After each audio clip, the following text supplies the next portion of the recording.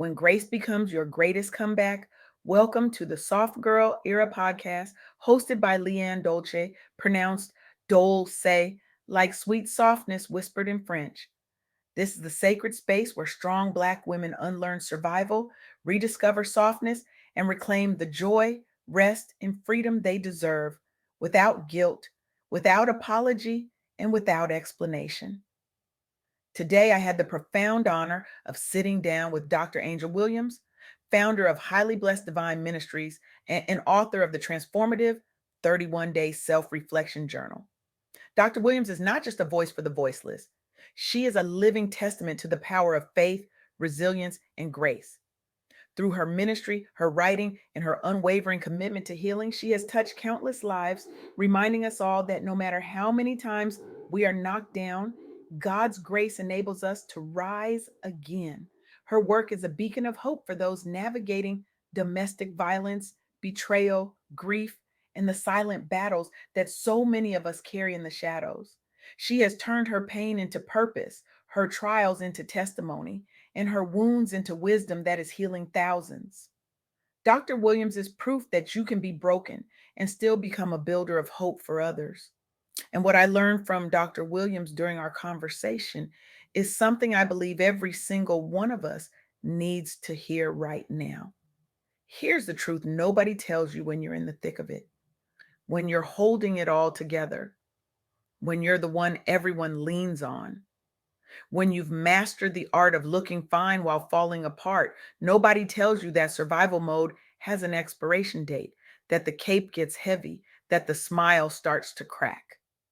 That one day you'll wake up and realize you've been so busy being strong for everyone else that you forgot how to be soft with yourself. Dr. Williams reminded me of something I think we all need tattooed on our hearts. God's grace enables you to rise no matter how many times you are knocked down. And I don't mean rise in that Instagram quote kind of way. I mean rise in the messy, tear streaked, I don't know how I'm still standing kind of way. The kind of rising that doesn't look pretty but feels like resurrection. Let me tell you about someone you probably think you know, Angelina Jolie. Yes, that Angelina Jolie, Academy Award winner, humanitarian icon, UNHCR Special Envoy, recipient of the Jean Hersholt Humanitarian Award. The woman who seems to have it all figured out, the woman whose face has graced 1,000 magazine covers, the woman who looks like she was born with her life together, except she wasn't, not always. In her early adulthood, Jolie faced severe depression and multiple suicide attempts. She battled mental health struggles so intense that she was admitted to psychiatric care. The pressures of fame, personal trauma, and emotional pain nearly consumed her. She was drowning in plain sight, surrounded by cameras, by wealth, by opportunity, and still drowning. But here's where the story shifts. Jolie sought professional help. She leaned into therapy. She found renewed purpose through motherhood and humanitarian work. She credits her commitment to her adopted son and her advocacy with stabilizing her life and giving her a new sense of direction. She didn't just survive her darkest days, she transformed them into a platform that has inspired millions. And now, she's one of the most vocal advocates for mental health awareness in the world. Her openness about her struggles has helped destigmatize mental health issues and inspired millions to seek help and find purpose in service to others. That's what Dr. Williams means when she says faith and resilience can transform even the deepest pain into purpose and testimony. Jolie's story is proof that you can be knocked down, dragged through the mud, and still rise with a mission that changes the world. You can be broken and still become a beacon.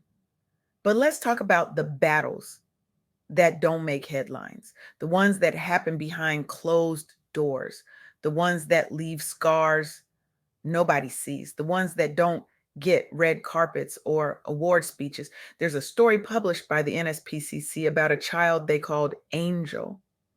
Angel and their siblings experienced ongoing domestic abuse, physical abuse, and neglect.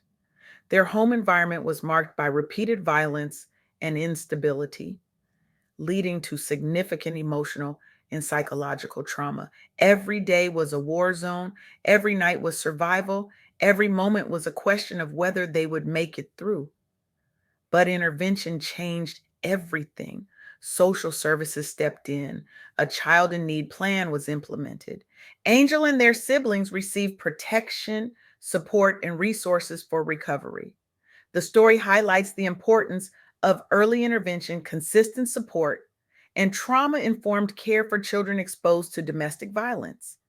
And here's the kicker: the lessons learned from Angel's story have informed policy and practice in social care, emphasizing that healing and transformation are possible even after severe trauma. Angel's pain became a blueprint for protecting other children. Angel's survival became a roadmap for others still trapped in the darkness.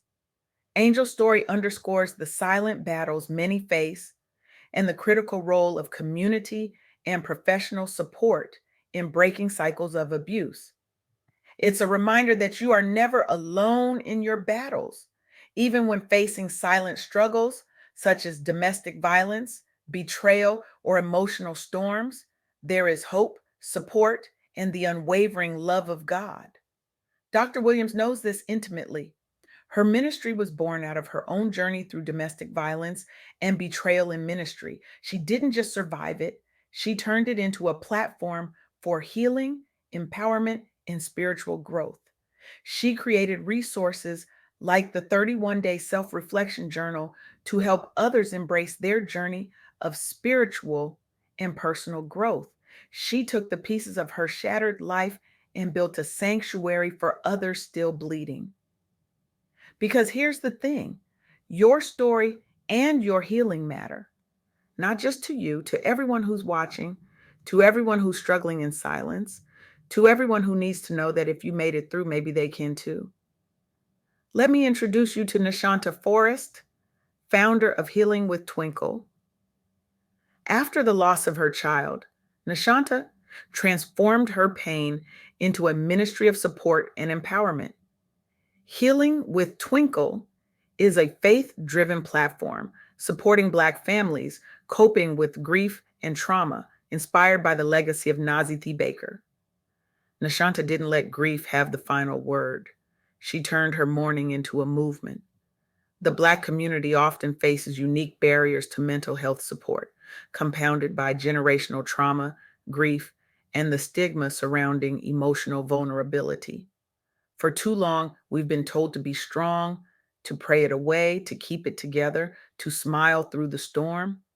But through faith, community, and open conversations about grief and healing, Healing with Twinkle provides encouragement, spiritual resources, and a sense of belonging.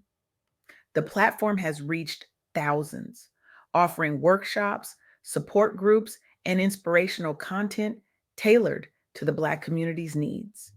Many individuals have found hope, healing, and renewed faith through the testimonies and resources shared by Healing with Twinkle.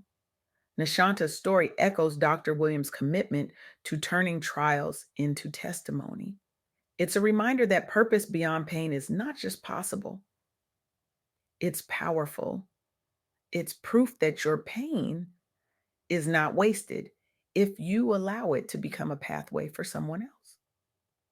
So let's get real for a second. How are you learning to be soft in a world that taught you survival? Because that's the question at the heart of the soft girl era. That's the question Dr. Williams is asking through her ministry. That's the question Angelina Jolie answered through therapy and advocacy. That's the question Angel answered through intervention and support. That's the question Nashanta Forrest answered through faith and community. And it's the question I'm asking you right now. What role, mask, or responsibility are you no longer willing to carry? How has your definition of strength evolved? What does your soft girl era look and feel like right now? What past wound are you still tending to?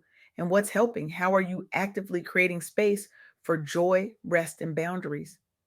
How have you turned survival into something sacred or supportive for others?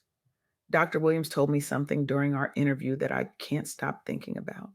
She said that even when you're facing silent struggles, domestic violence, betrayal, or emotional storms, there is hope, support, and the unwavering love of God. And I know some of you are sitting there thinking, that's nice, but you don't know what I've been through. And you're right. I don't, but Dr. Williams does. Angelina Jolie does. Angel does. Nashanta Forrest does. And they're all standing here today, living proof that you can rise again. Here's what I want you to do differently after hearing this. I want you to embrace your own story of struggle and victory. I want you to seek support when facing silent battles.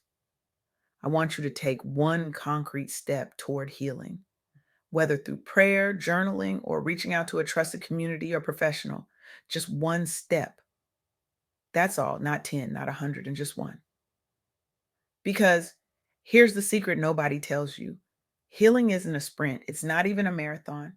It's a series of small, sacred steps. It's waking up and choosing yourself. It's saying no without guilt.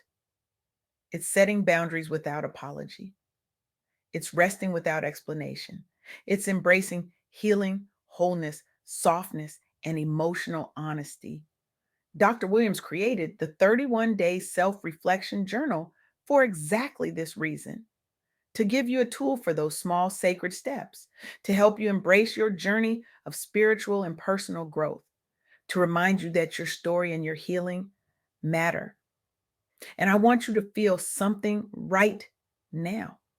I want you to feel empowered, deeply loved, and filled with hope.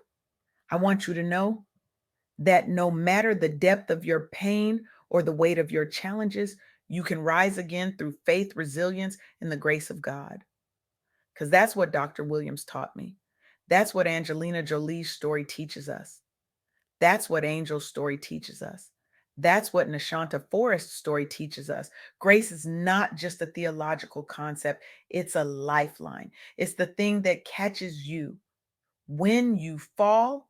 It's the thing that lifts you when you can't lift yourself. It's the thing that whispers, you're not done yet. And if you're listening to this right now and you're thinking, I don't know if I can do this, let me tell you something. You already are. The fact that you're here, listening, breathing, still showing up, that's grace in action. That's resilience in motion.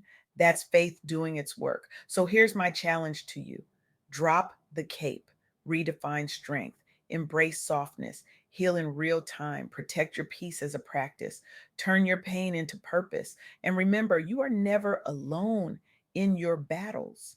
Even when facing silent struggles such as domestic violence, betrayal, or emotional storms, there is hope, support, and the unwavering love of God.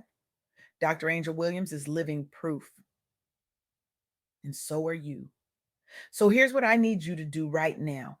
Not tomorrow, not next week, right now. I need you to stop waiting for permission to heal. Stop waiting for the right moment to set a boundary. Stop waiting for someone else to validate your pain before you decide it's worthy of attention. Your healing doesn't need an audience, it doesn't need applause.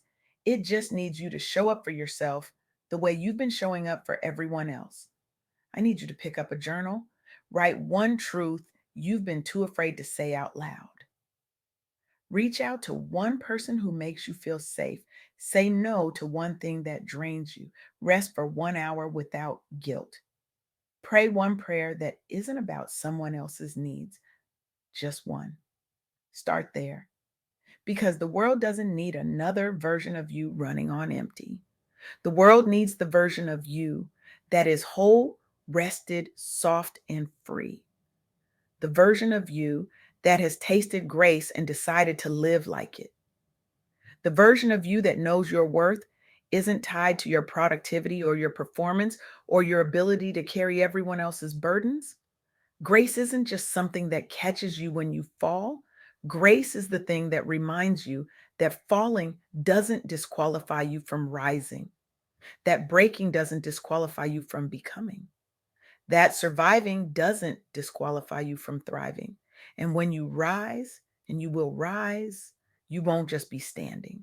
You'll be standing on a foundation of faith, resilience, and the kind of grace that only comes from walking through fire and coming out refined. So go ahead, drop the cape, take the step, embrace the softness, reclaim the joy, protect the peace, turn the pain into purpose.